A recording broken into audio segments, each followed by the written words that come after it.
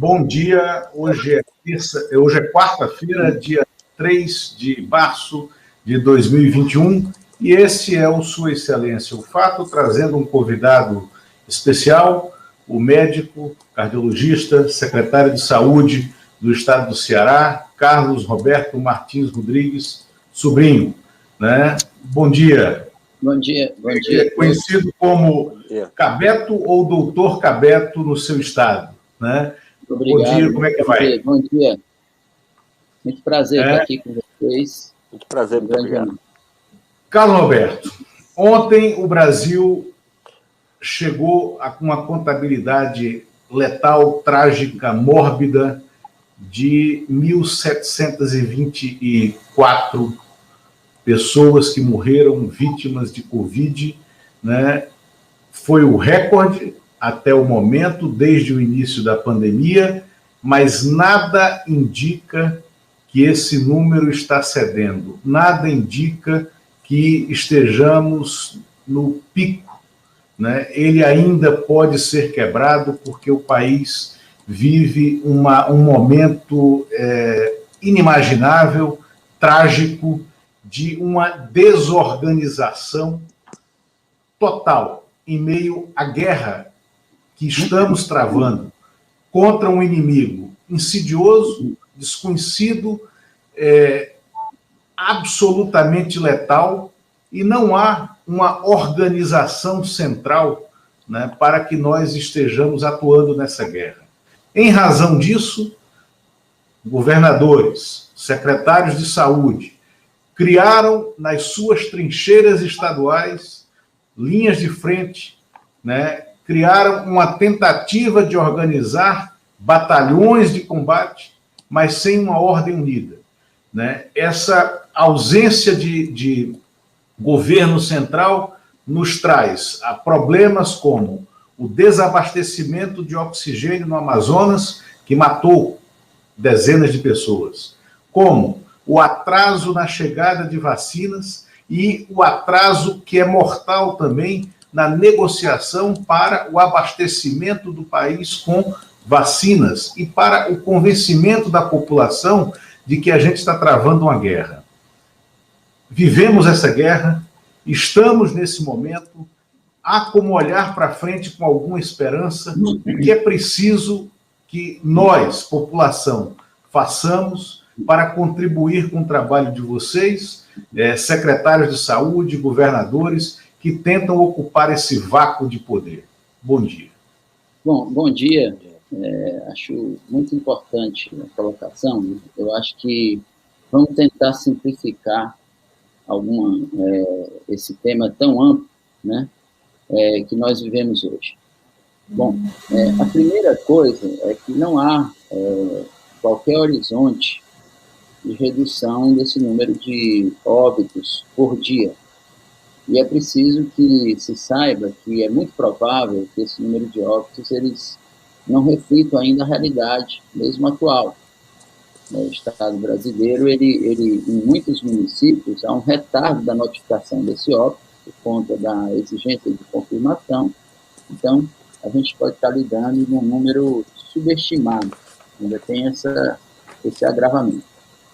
Um outro ponto importante tem a ver com o que representa exatamente esses óbitos em termos de análise do Estado brasileiro e do sistema de saúde.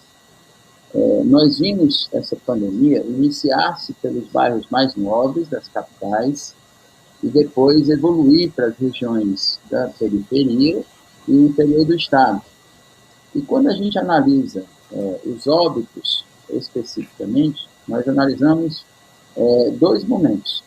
Um momento onde, na primeira onda, nós tínhamos uma população de faixa etária maior e agora uma população com menor faixa etária. O segundo ponto importante tem a ver com quem é essa sociedade que está sendo submetida a essa problemática. No começo, e ainda hoje, nós temos uma maioria de pessoas que vivem em regiões de baixo IDH. Então, recentemente, nós vimos um trabalho publicado no JAMA que mostrou que, quando diante de uma internação em UTI, em pessoas que foram submetidas à ventilação mecânica, a mortalidade ou a letalidade da doença, melhor dizendo, ela é em mais de 70% na região norte, próximo a 70% na região nordeste, próximo a 60% na região sudeste. E mais, que a população de mais baixa renda, que tem mais... Isso, essa letalidade quando o paciente entra na UTI. Quando esse paciente está em UTI e está submetido à ventilação. A ventilação, entubado. Então, um outro aspecto importante que as pessoas não estão atentando é que essa letalidade, além de ser completamente distinta entre as regiões, dentro das próprias cidades ou dos próprios estados, existe uma distinção dentro daqueles que falecem. Então, o que a gente viu aqui? Que 80% dos óbitos estavam em regiões de baixo IDH, em pessoas com renda per capita baixa, pessoas com baixo nível de alfabetização, e em pessoas que tinham remuneração menor do que 2 salários mínimos. Isso mostra já um perfil social, né, da pandemia e de como nós vivemos. Para que se tenha ideia dessas diferenças sociais, o estado de São Paulo tem aproximadamente 22 milhões de usuários do SUS e tem 7 mil UTIs financiadas pelo governo federal. O estado do Ceará tem 9 milhões de habitantes, dos quais 80% do SUS, e tinha, antes da pandemia, 740 UTIs. Hoje, nós ampliamos mais 800. Então, tem um aspecto de reflexo do que é o Brasil, do ponto de vista das suas disparidades regionais, e da vida nos grandes aglomerados urbanos, que tem uma enorme população miserável, como nas capitais brasileiras. Quando nós vamos para o aspecto dos papéis, para que o ouvinte entenda qual é o papel da União, qual é o papel do Estado, qual é o papel do município, no sistema de saúde, a União é a responsável pelo norteamento da política pública e pela distribuição de recursos adequados a partir dessa política pública estabelecida. Ou seja, é ela a responsável pela coordenação e pela avaliação dos resultados nos diversos locais e pela avaliação, correção e instrução desses processos nos diversos municípios brasileiros e estados brasileiros. E é responsável pelo plano de vacinação especificamente e na política pública de saúde, já que ela fica com a maioria dos recursos, né, provenientes da arrecadação mesmo, a arrecadação dos estados. Então, dentro dessa forma, o que nós vivemos no Brasil? No Brasil, parte dessa confusão, desses nossos resultados, está relacionado não unicamente ao grau de transmissão viral ou à letalidade do vírus, da doença do coronavírus, mas uma falta, não posso falar nem de descoordenação, porque não houve coordenação. Então, há uma ausência, há um abandono do posto. Um abandono do posto desde o início, né? Isso não é de agora, né? Ali a gente viu desde o início do governo, uma ausência do governo em organizar, em estruturar política de enfrentamento ao coronavírus e liderar esse processo. Então, o que aconteceu foi que, desde o começo, houve uma confusão social, né? uma desconexão entre os estados e municípios. Nós passamos a ter políticas públicas veiculadas pelo Congresso, né, como auxílio aos estados na questão do enfrentamento do ponto de vista financeiro ao coronavírus e do ponto de vista de política de saúde, cada estado passou a estabelecer sua norma, né, e isso deu enormes divergências de letalidade, de acometimento, além das questões regionais. Me parece que o Legislativo dotou os executivos federal e estaduais de instrumentos para que eles gerissem essa crise. Isso lá atrás ainda, não esse ano, isso no início da pandemia. Houve uma proatividade legislativa que não encontrou, né, agilidade no Executivo Federal. Eu estou certo? Perfeito. Então, todas as medidas elas foram tomadas por imposição do Legislativo. Né? O Legislativo ele governou, né, no que se refere especificamente, por exemplo, à pandemia. Então, ele estabeleceu as medidas de enfrentamento do ponto de vista de orçamento e deixou para os estados a formulação de política e de estratégia para o enfrentamento disso. Isso levou... e, por outro lado, ele não só fez isso, mas como ele agiu em sentido contrário. Né? Ele desqualificou permanentemente as medidas estabelecidas pelos estados, fazendo parecer à sociedade que o responsável pelos óbitos, pelas mortes, eram os governadores e prefeitos, o que é um absurdo, né? Porque isso gera na sociedade uma sensação... Eu acho que o seu som, Carlos Roberto, o seu som está um pouquinho baixo. Se você puder aumentar o volume do seu... Pronto, acho que é ok. Melhorou? Melhorou bastante. Então, o que nós estamos vendo esse conflito gerado, que é absolutamente imprevisível e anacrônico, ele está gerando na sociedade um sentimento confuso e um conflito enorme na sociedade. Então, o presidente da República esteve no Ceará na semana passada, agora, no fim da semana passada, acho que sábado, né, sexta ou sábado, e o governador Camilo Santana se recusou a ir ao encontro dele, dizendo claramente que, da forma como estavam desenhando aquele evento, iria haver aglomeração e ele não iria compactuar com aquilo porque passaria um sinal trocado para a sociedade.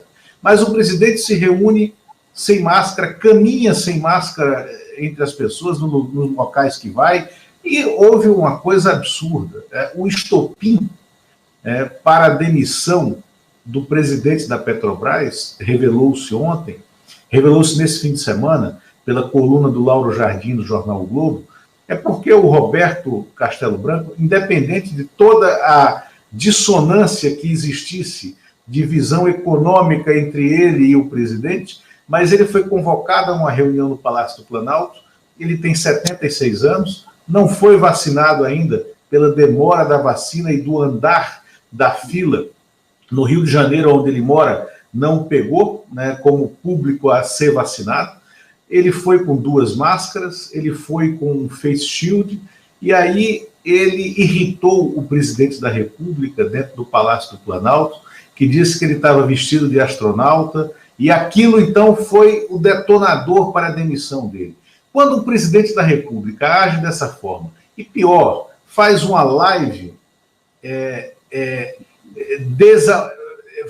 fazendo galhofa com o uso de máscara, e estimulando, né, o comportamento da população contra os governadores que fazem lockdown, que pedem que as pessoas fiquem em casa, que tentam reduzir, né, a circulação nas cidades para reduzir o ritmo de infecção, de contágio e de pressão, né, nos hospitais. Como é que vocês que estão na linha de frente, no seu caso, na linha de frente como médico que continua atendendo efetivamente e na linha de frente como gestor público, qual é a sensação que vocês têm quando essas coisas acontecem? Eu vou começar falando da percepção como médico e como uma pessoa que está atendendo diariamente pessoas portadoras de coronavírus nas suas formas mais diversas, né, acompanhando a evolução dessa doença, que tem mudado de forma de apresentação e que tem trazido muita ansiedade e medo à sociedade. O que eu percebo é que há uma evidente colocação de negação da realidade, que tem como fundo esconder, né, o fracasso da política pública. Né? O que está muito claro é que há uma responsabilidade que tem que se admitir do governo federal, e uma ausência disso induz um erro grosseiro de condução da política pública. Eu já coloquei isso em diversas reuniões, já coloquei isso para o próprio ministro, que é função do ministro articular essa ação unificada. É preciso que o governo federal assuma definitivamente qual é seu posicionamento. Não pode ser colocado em lives, não pode ser colocado em palavras coloquiais. Se trata de uma política pública séria, isso tem que ser colocado por escrito. Tem que se assumir por escrito e botar as referências para que se assumam as responsabilidades. Por exemplo, no que se trata na questão do isolamento social, se não há isolamento social, ou se o ministro se nega, ou se alguém se nega a falar sobre isso, com que subsídio, né? Para que se abra um debate da maneira adequada, não trazendo simplesmente a exclusão da responsabilização do ente federativo, do ente federal, que é o principal responsável pela política pública. É assim que é feito o Sistema Único de Saúde. O segundo ponto é que isso tem um cunho absolutamente político, o que é muito ruim para nós, profissionais de saúde. Quando a gente está na UTI, quando a gente está vendo doente, quando nós estamos diante de um paciente que hoje já está acontecendo em Fortaleza, não há leitos públicos ou privados para internação imediata das pessoas. Quando você está no papel do doente, tem visto diversos pacientes que eram adeptos da política do Bolsonaro e agora chegaram para mim e disseram: Beto, eu não imaginava que era isso, você tem razão. Os meus amigos estão me ligando e eu estou dizendo: pessoal, não é brincadeira. Pelo amor de Deus, mudem o comportamento. Então, tem uma coisa que é interessante nesse aspecto. Eu acho que o fato de se tratar de uma doença muito contagiosa, a exposição dessas imagens na imprensa foi pequena. E isso fez com que as pessoas não tivessem a percepção de realidade que nós, profissionais de saúde, estamos tendo. Eu, quando ando nas UPAs, quando eu ando nas emergências, quando eu converso com a enfermeira, como essa madrugada, às 2h da manhã, estava numa UTI privada de Fortaleza e eles estavam dizendo: doutor, pelo amor de Deus, eu não aguento mais. Essa UTI passou 2 dias sem nenhum médico. Eu estou com 8 doentes incubados dos 10. Então, isso é uma situação dramática. Nós estamos expondo não só a população, mas os profissionais de saúde a um estresse e a um risco de erro absurdo. Então, me estranha o silêncio sepulcral de uma sociedade que assiste a um drama como esse, e é incomensurável. Eu estou falando aqui como médico. Como gestor, isso me traz outro desafio, quer dizer, a necessidade de, ao mesmo tempo, estabelecer políticas públicas adequadas, dentro do pouco recurso que o Estado tem, porque essa política de apoio do Ministério, da União, ela é intermitente, ela vem em surtos, ela vem por demandas do próprio Legislativo, isso atrapalha o planejamento, e, além disso, uma judicialização excessiva, como uma forma de perseguição, né, às medidas tomadas durante uma pandemia. A judicialização que tira a energia da concentração do problema. Né? Só para que vocês tenham ideia, entre março e abril do ano passado, a Secretaria de Saúde respondeu quase 200 notificações dos diversos órgãos de controle, todas elas em cima de notícias falsas. As requisições estão baseadas em publicações no Facebook, no Instagram, e o próprio órgão de controle diz: nós vimos no Facebook que foi entregue tal coisa, se explique. Ou já acusando, quer dizer, que país é esse, que legislação é essa, que mundo nós estamos vivendo, onde diariamente nós temos esse problema no Estado brasileiro, de óbitos de pessoas que põem na mesa as fraquezas de um sistema que precisa de uma política pública moderna, institucionalizada, com coragem, para romper esse clientelismo e esse aparelhamento do Estado brasileiro. Doutor Carlos Roberto, muito obrigado pela sua presença aqui. Prazer. No Sua Excelência o Fato. O senhor, como secretário de Saúde do Estado do Ceará, tem uma responsabilidade imensa e conhece o quadro que nós estamos vivendo hoje também como médico, o quadro grave que nós estamos passando hoje, daí a importância dessa sua entrevista aqui nesse programa. O senhor chegou a usar a expressão cunho político relacionado aí ao comportamento das autoridades aí em relação à pandemia. O senhor representa uma categoria, talvez a categoria mais importante nesse enfrentamento, que é a categoria dos médicos, uma categoria que tem uma importância grande em qualquer sociedade, particularmente na sociedade brasileira, inclusive com a atuação política tradicional. Quantos prefeitos do interior do Brasil foram médicos e revolucionaram aí saneamento médico pelo interior do Brasil. Também tivemos até um médico, Juscelino Kubitschek, presidente da República. E nos últimos anos, e particularmente no último ano, nós vemos a sua categoria num comportamento surpreendente,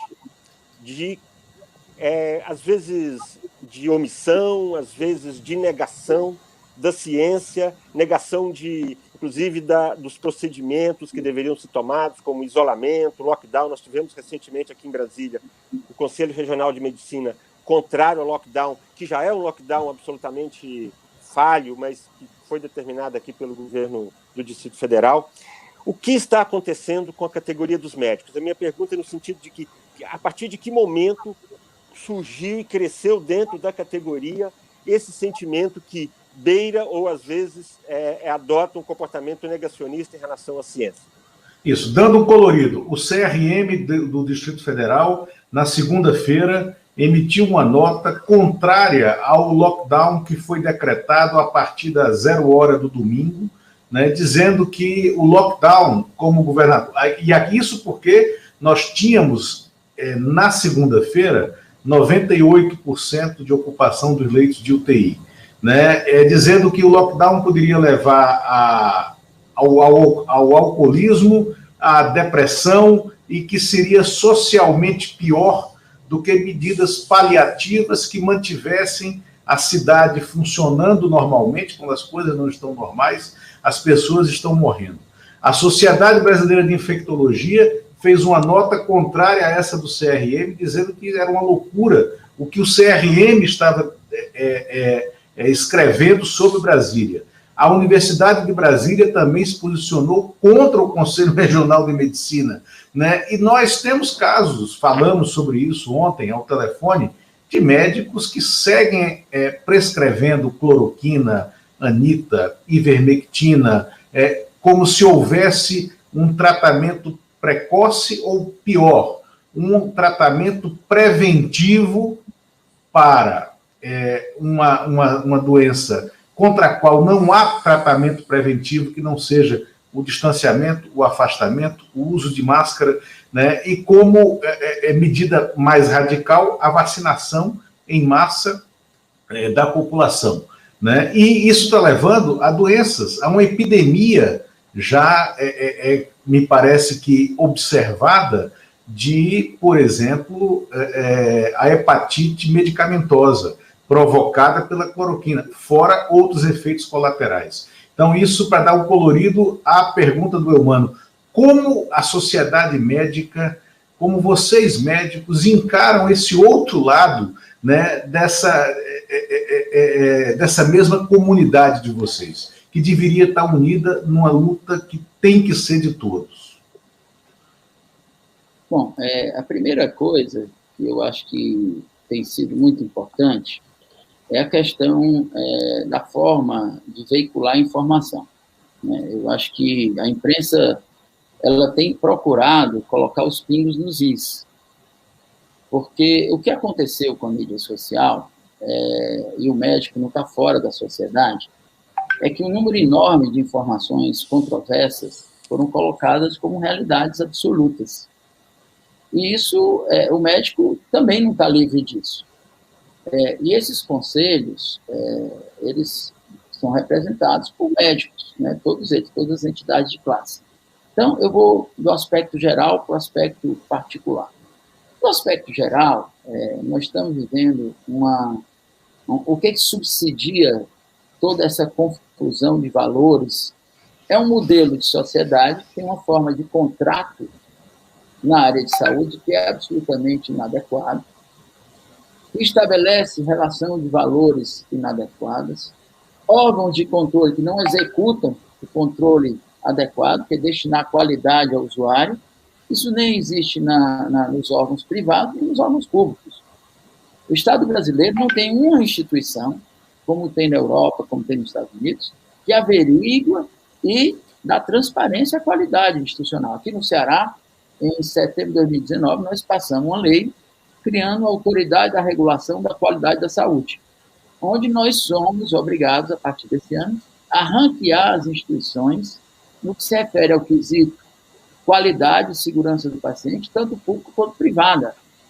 Porque o Estado, na questão da saúde, ele pode e deve avaliar a instituição privada também, constitucionalmente.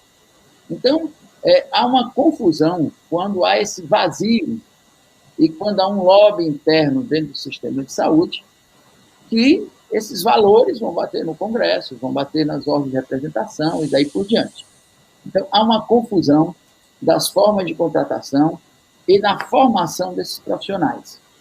É importante que aqui eu vou colocar, dificilmente as pessoas falam isso, porque é um termo específico, a grande maioria dos profissionais de saúde do Brasil, dos médicos, no nosso caso, não faz residência médica. A residência médica é, há várias décadas, o método mais adequado de formar um profissional médico. Por quê? Porque eles entram direto no mercado, primeiro porque não tinha vaga, depois eles entram direto no mercado para ter remuneração mais rápida. Isso faz com que haja falhas na formação e isso aumenta o custo da saúde e a ineficiência do sistema. Então, isso não está no palco de discussão. Esse ano, inclusive, eu pedi a ampliação dessas vagas, nós criamos um programa de interiorização e só foi autorizado pelo Ministério da Educação, pelo Conselho Nacional de Residência Médica, metade das vagas.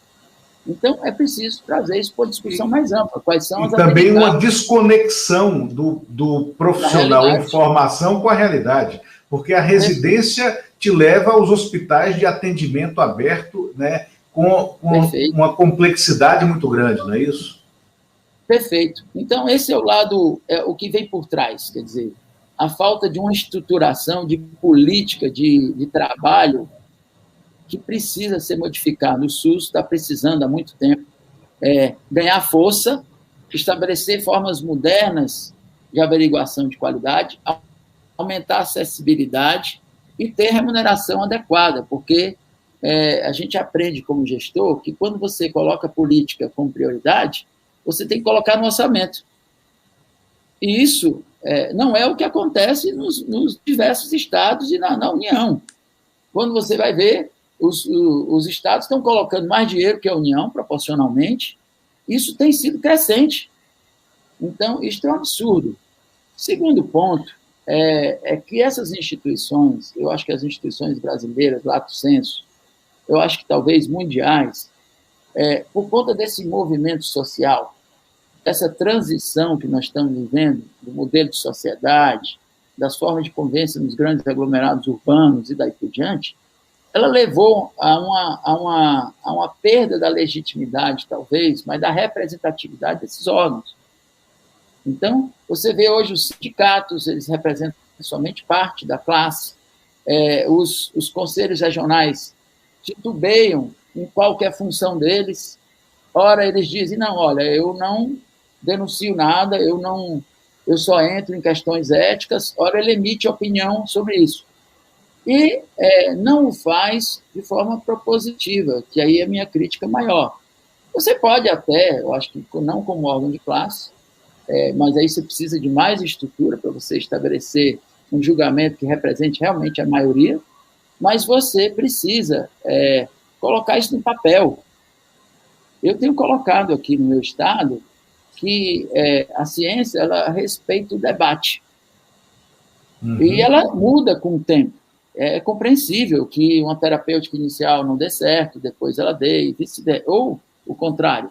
Porém, é preciso ir para as formalidades, ou seja, o que caracteriza essa onda, quer seja do âmbito político, quer seja na nossa classe, é uma série de opiniões sem responsabilização.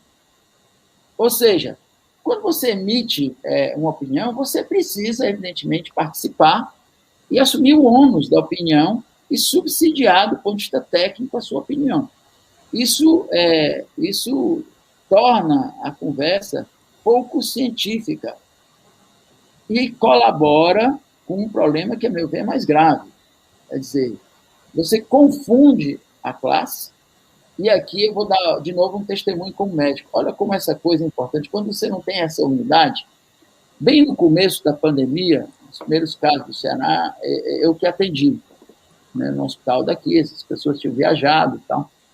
E eu conversava com médicos de outras especialidades, e eles diziam assim para mim: mas, Cabeto, essa doença não existe, eu nunca vi um caso. E se abriu. E nós estávamos perto de 100 óbitos por dia. Né?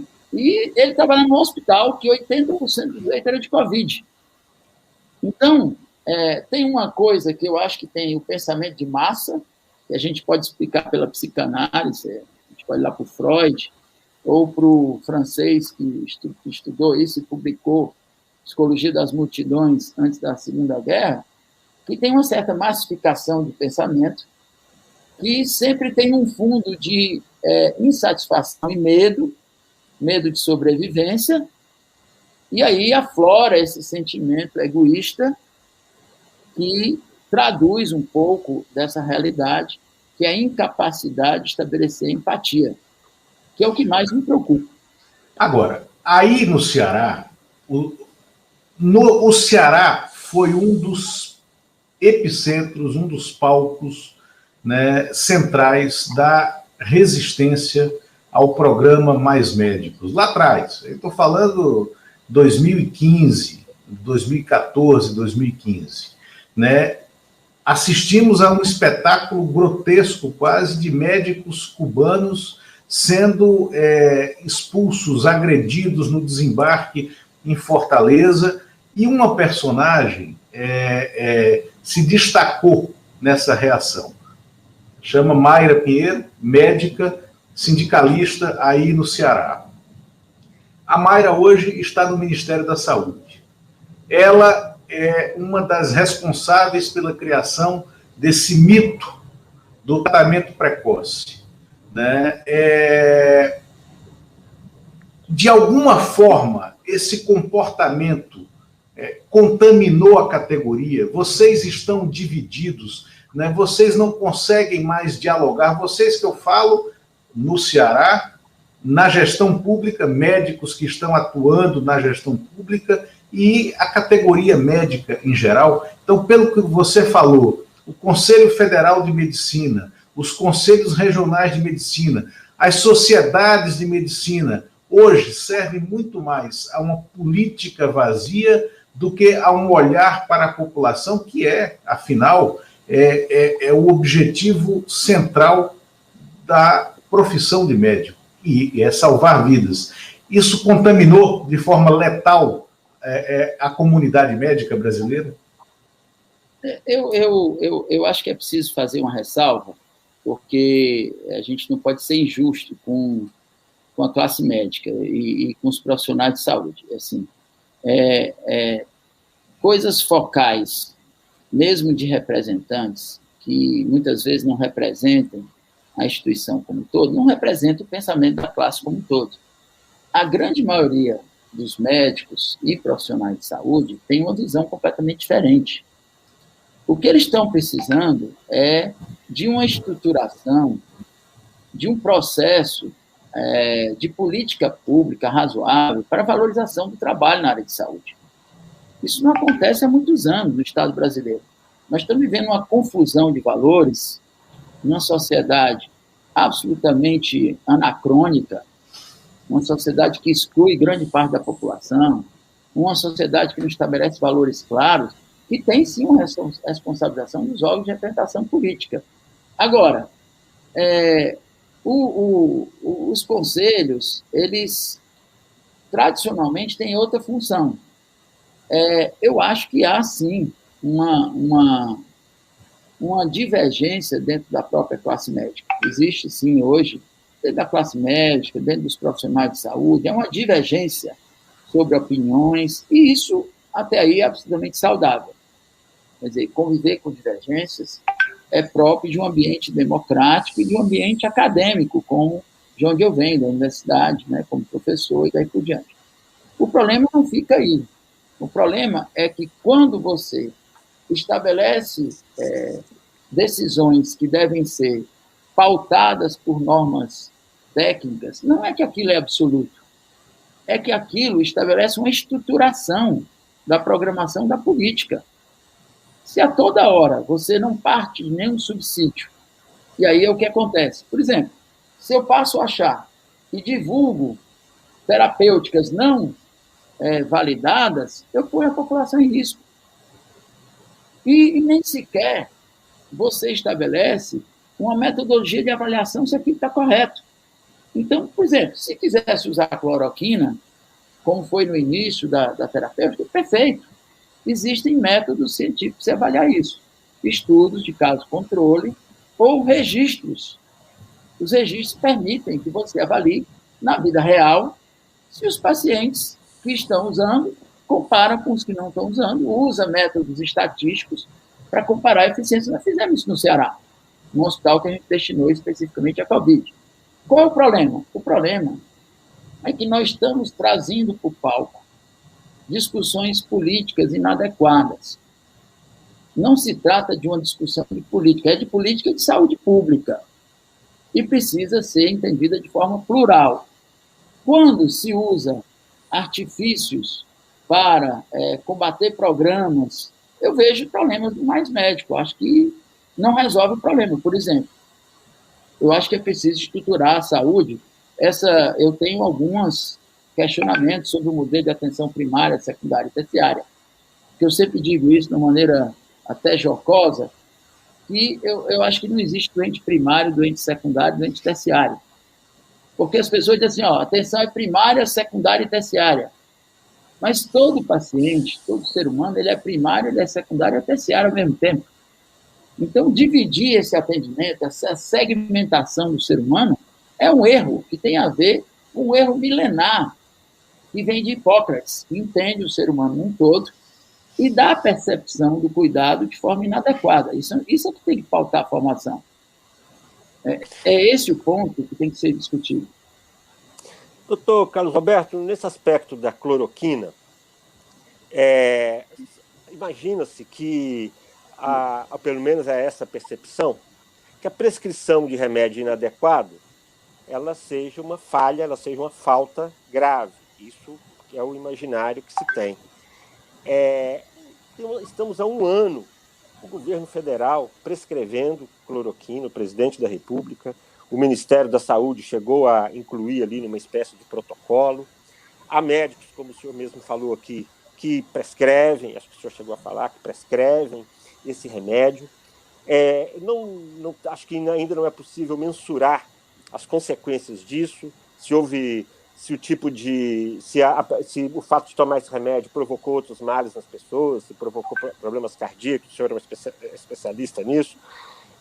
Agora, eu queria saber, prescrever remédio inadequado em massa, isso não requer nenhum tipo de punição? A categoria discute isso? Os médicos discutem isso? Eu acho que aqui precisa se entender, de novo, 2 pontos. É uma boa oportunidade para a gente discutir isso. Primeiro, o exercício médico, quando o médico prescreve um remédio, ele estabelece um compromisso com quem ele prescreveu. Então, a partir daquele momento, ele assume a responsabilidade dos efeitos adversos e daí por diante. Quer dizer, não é possível transferir responsabilidade. Eu não posso chegar para o paciente e dizer assim, você vai tomar o tal remédio, mas você escolhe, você pode ficar cego, mas esse é o remédio que estou dando. Não é assim. É papel do médico assumir os riscos, evidentemente comunicar os riscos, mas assumir a terapêutica. É um primeiro erro que hoje eu vejo muito cometido com muita frequência. O cara vai no médico e diz, olha, o senhor pode botar um stent, pode operar, pode não fazer nada. O que o senhor prefere? Não, não é isso. O médico é o senhor. O senhor tem que assumir essa responsabilidade. Esse é o primeiro ponto. O segundo ponto é que precisa distinguir o que é ação individual de ação de política. Quer dizer, nos dias de hoje, é inadequado, é irresponsável colocar num protocolo terapêuticas não comprovadas. Nenhum representante público, nenhum secretário tem autoridade para determinar a terapêutica se ela não for comprovada ou não for liberada por órgãos que avaliem isso adequadamente, sob a forma de experimentação. Então, mesmo em pandemias, mesmo em situações extremas, existe uma metodologia. Você vai lá no Conitec, matricula uma excepcionalidade e pede para que se avalie num tempo X. Isso tem uma metodologia para proteger o usuário. Porque, como você mesmo colocou, Elmano, muitas dessas drogas, nós vamos perceber os efeitos adversos meses depois, anos depois. E isso, muitas vezes, na hora não é visto, porque para o usuário comum, ele diz assim, eu tomei o remédio e fiquei bom. Lógico que ele ficou bom, 80% ficou bom sem remédio nenhum. Então, a percepção para ele, eu vi muita gente dizer, doutor, o senhor fala, mas ivermectina, eu tomei e fiquei bom. O remédio foi usado em cavalo para tirar problema de cavalo e isso adoeceu, ou na África. Mas nós, médicos, por obrigação do Conselho de Ética, a nossa prescrição tem que ser subsidiada por técnica. Isso aí vai para a responsabilidade individual. Do ponto de vista político, uma das coisas que eu fui questionado, Lula, eu fui questionado pelo Ministério Público, através de questionamentos de mídia social, por que eu não colocava a terapêutica no rol dos protocolos da Secretaria de Saúde. E eu disse para ele, por um motivo simples, que eu não tenho autoridade para isso. Porque eu não tenho competência para isso. Essa competência, ela vem da comprovação científica. Se não há comprovação científica, eu tenho que obedecer às metodologias para que o usuário entenda, para que a sociedade entenda. Isso visa a proteção do paciente. Especificamente. Quando você estabelece essas normas, é para proteger o usuário. Só para entender, o Ministério Público lhe fez um questionamento formal, ou seja, a prévia de uma ação, motivado por questionamentos que chegaram a ele por rede social. E por que o secretário de Saúde do Ceará não estava prescrevendo tratamentos preventivos? É isso? É inacreditável. É inacreditável. É o que nós estamos vivendo. Quer dizer, quase todos os dias eu recebo notificações. São mais de 200 em 2 meses de pandemia. No pico da pandemia, em abril e maio, eu recebi 182 notificações. Das mais diversas. Então, isso se tornou um absurdo. Quer dizer, nós estamos destinando tempo para responder problemas irrelevantes baseado em fatos inverídicos. Carlos Roberto, desculpa, as palavras serão minhas aqui agora.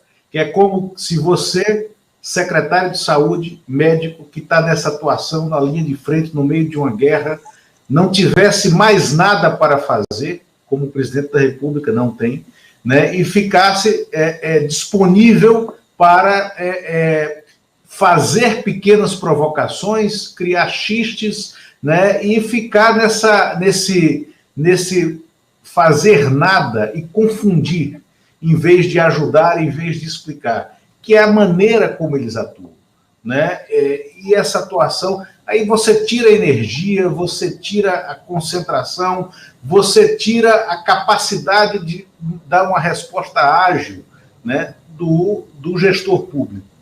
É inacreditável. E pior, ele muitas vezes faz com que o gestor público não tome a decisão por medo de responsabilização de forma inadequada. E outra coisa, assim, o que precisa estar em pauta é o crescimento de um pensamento infantil que, diante das grandes catástrofes, aparece. As pessoas estão agindo como se desejassem que não existisse pandemia. A pandemia está aí. É preciso ser maduro, responsável, ético, transparente e colocar a verdade de uma maneira... E cabe ao médico acolher, cabe ao profissional de saúde acolher. Tratamento precoce é atender logo. É dar a percepção para a pessoa que você está cuidando e que você sabe o que você está fazendo, para que ela fique segura no tratamento. Isso é o mais adequado. Esse é o princípio básico. Começa por isso. Você não pode substituir essa ação do ato médico, que eu vou repetir, ela é milenar, ela é curativa, ela assume a responsabilidade diante do outro, que é o princípio básico. Você não pode tratar ninguém se você não assumir a responsabilidade. Você não trata ninguém sem ser responsável pelo ato. Isso é fundamental. As pessoas estão confundindo. Ou seja, eu estou vendo aqui empresário da entrevista dizendo que toma ivermectina. Eu estou vendo o fulano da entrevista dizendo que cura por isso. Eu estou vendo o doutor dizer que, olha, eu usei esse remédio para outras doenças durante anos, não aconteceu nada. Me parece um pouco infantil. É como querer dar um bombom para uma criança que está com desnutrição. Quer dizer, você não enxergar a realidade que é necessária com maturidade, porque somente essa maturidade vai dar paz de espírito às pessoas. Somente falando a verdade é que vai dar paz de espírito. Doutor Carlos Roberto, vocês, os secretários de saúde, estaduais e municipais também, vocês têm um papel muito importante, porque vocês executam essas políticas, vocês têm uma parte da máquina da saúde pública na mão de vocês, e eu queria saber, na sua opinião, qual a sua avaliação sobre a atuação coletiva dos secretários de saúde, e qual a perspectiva que o senhor vê nessas reuniões, nessas articulações que vocês têm tido, qual o papel aí nas próximas semanas dos secretários de saúde? Nós estamos caminhando. Primeiro, nós, no começo, nos assustamos, porque os secretários de saúde foram abandonados, né, literalmente. Né, assim. Quer dizer, nós não vimos qualquer coordenação. E depois, sucessivos fracassos, né, nos 3 ministros, mas sem ainda a exposição de uma política pública clara, porque as pessoas estão confundindo. Quer dizer, fazer distribuição de vacina não é a mesma coisa que uma política de aquisição de vacinas. É diferente. Distribuição é uma ação logística. Então, destinar oxigênio para tal lugar não é política pública, é ação emergencial depois do caos instalado. Política pública pressupõe isso. E aí os secretários estão cada um ao seu modo. E agora, mais recentemente, o que nós entendemos? Que a gente precisa uniformizar essas ações no Estado brasileiro para que a sociedade entenda que se trata de uma ação absolutamente necessária, como nós tomamos. Porque o que acontece é que o CONAS, o Conselho Nacional de Saúde, do secretário de Saúde, tem um papel fundamental na articulação. E o presidente Carlos Lula tem feito isso. Essa nota do CONAS é exatamente isso. É uma resposta, porque, na verdade, aquilo ali é para ser feito pelo Ministério. Quer dizer, mais uma vez, faço uma analogia entre o Legislativo. Quer dizer, nós estamos começando a dar ao CONAS a política. Olha, só para que vocês tenham ideia, a informação, que é o bem mais precioso para se enfrentar uma realidade, o Ministério não informa. Nós temos um consórcio para informar a sociedade o que está acontecendo. Quer dizer, nós no Ceará fizemos questão de colocar no nosso sistema IntegraSUS, que está aberto, todos os dados relativos à internação hospital por hospital, como é que é o dia a dia, como é que é a evolução dos óbitos. Isso é online e é atualizado a cada hora. Por quê? Porque isso é o princípio básico da política pública, é um bom diagnóstico. O Estado brasileiro se ressente disso. Doutor Carlos Roberto, o senhor, o ministro Pazuello já fez aí algumas previsões em relação à vacinação, até no Congresso ele falou que vacina todos os brasileiros até o final do ano. O senhor tem alguma previsão de quando os brasileiros estarão vacinados, todos os brasileiros? Então, deixa eu completar só uma coisa.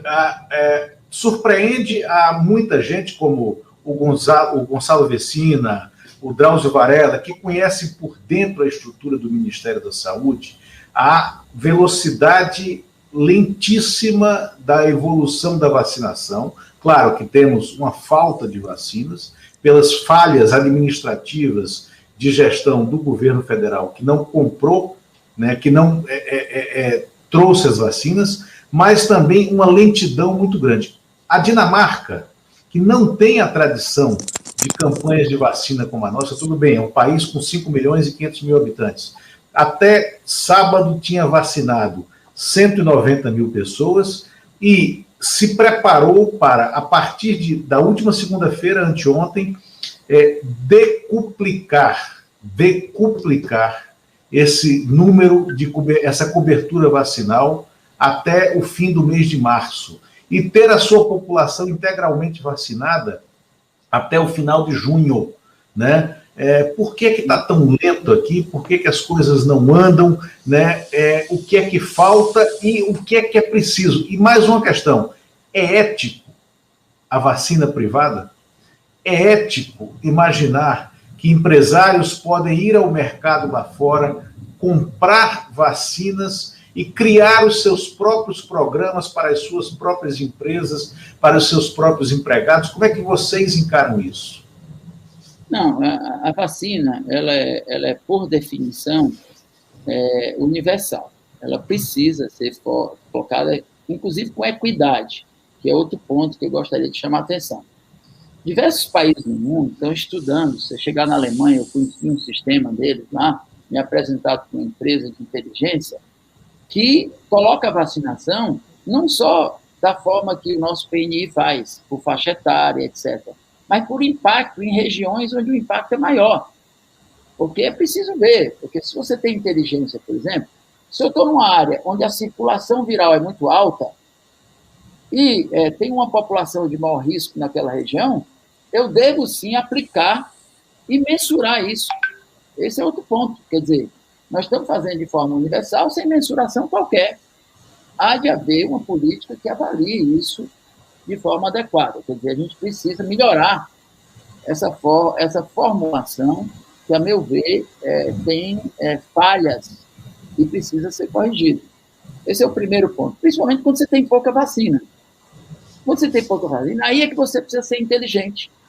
E hoje você tem informações no âmbito social, no âmbito econômico, no âmbito epidemiológico, que lhe permite tomar decisões muito mais estratégicas. De novo, falha a política nacional por falta de inteligência no processo de estruturação disso. Então, esse é um ponto. Segundo ponto é que, assim, tudo isso é ausência. O que é que nós estamos vendo? Nós estamos vendo uma sociedade que pressiona para ter vacina, diante da não afirmação definitiva de quanto tempo e como vão ter a vacina, e nas falhas sucessivas de entrega disso, aí a sociedade começa a se desesperar, porque vê um vácuo a ser preenchido. Mas isso, evidentemente, não pode acontecer.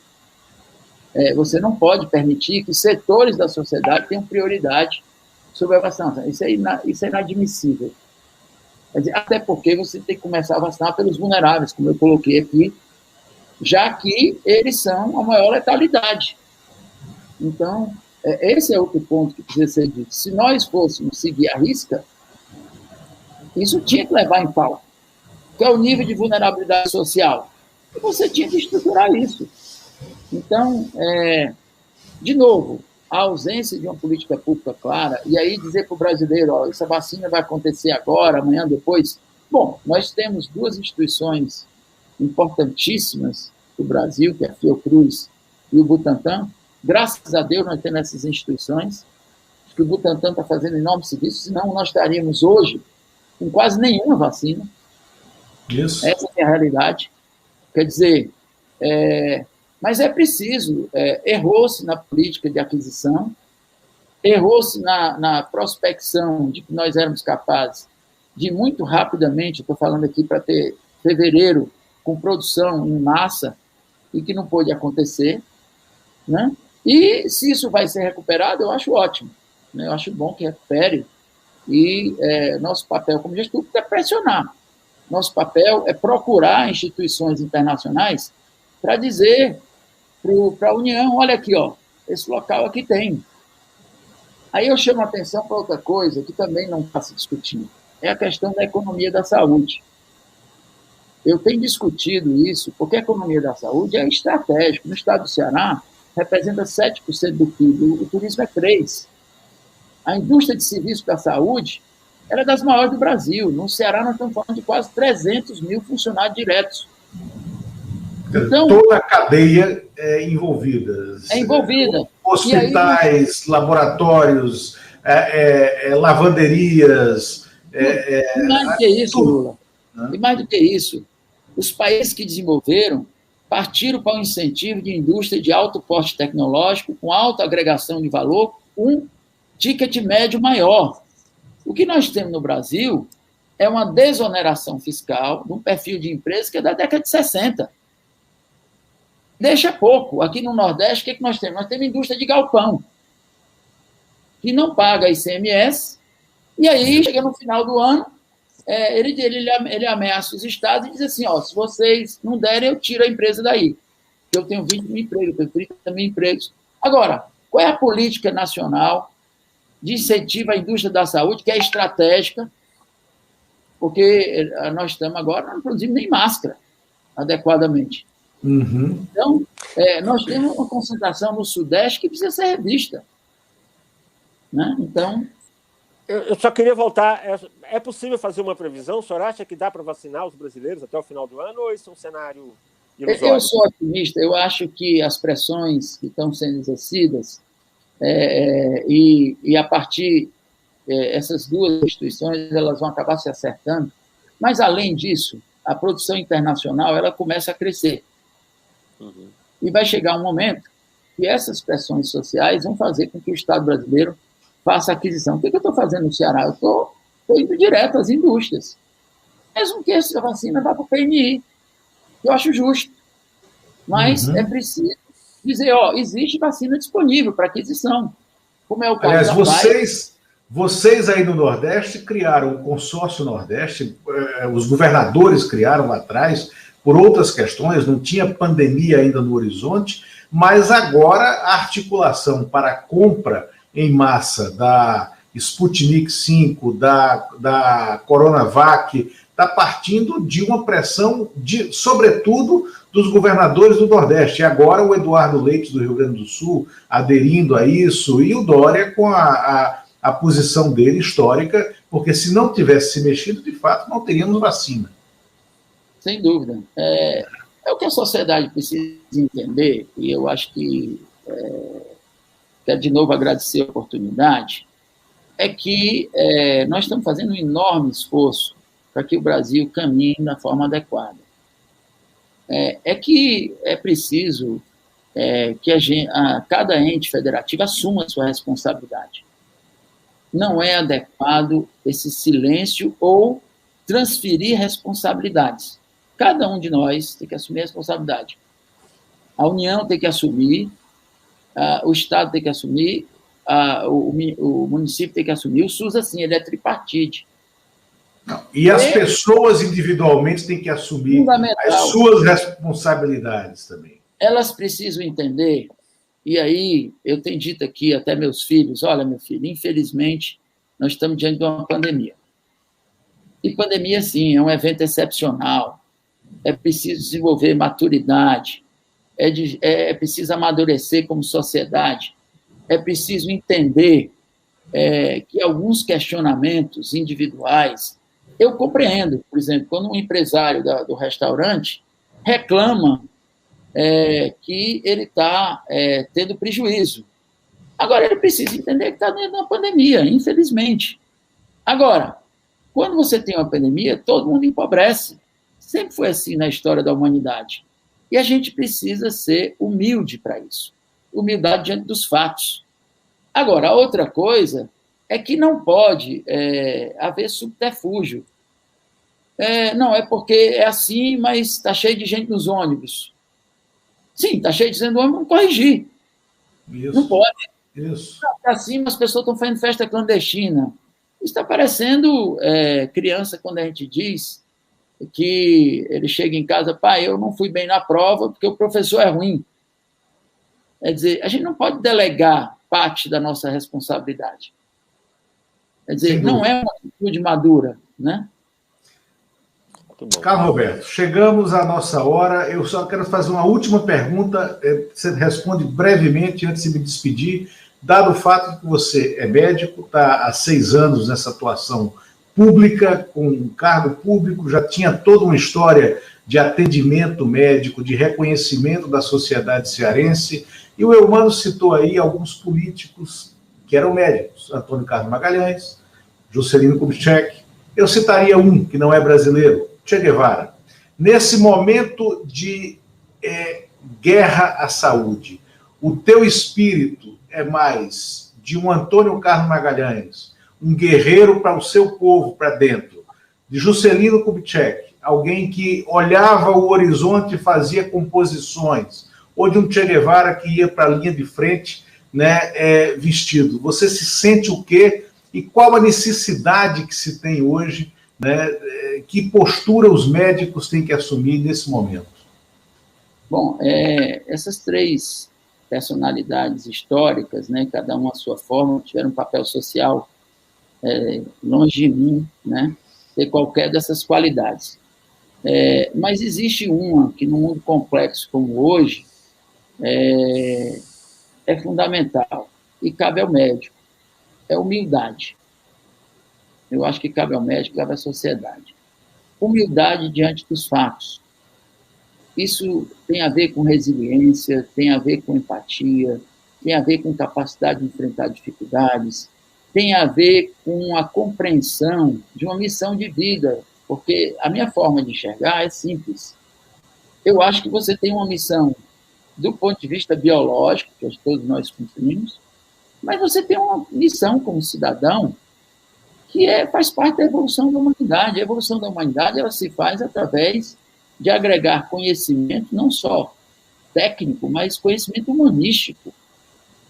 Eu gosto de citar, há muitos anos atrás, teve no Ceará um médico muito querido chamado Mário Rigato, que era um professor de epidemiologia da Universidade Federal do Rio Grande do Sul, e ele falava de ciência, e ele dizia o seguinte: o homem moderno, na época ainda era século XX, pensa e produz como no século XXI, mas tem a capacidade afetiva da idade da pedra. Eu acho que a gente vai ter que evoluir, né, do ponto de vista afetivo, emocional, e a humildade é um bom caminho para isso. Talvez agregue, sintetize um pouco, conecte essas qualidades que esses grandes seres humanos tiveram. Muito bom, muito obrigado. Obrigado pela sua presença. Até logo, né? E vamos esperar que esse número de mortes comece a descer esse pico, porque está insuportável para quem está do lado para todos nós. Terrível. Obrigado. Bom dia. Abraço a todos. Abraço. Muito obrigado pela oportunidade. Um abraço.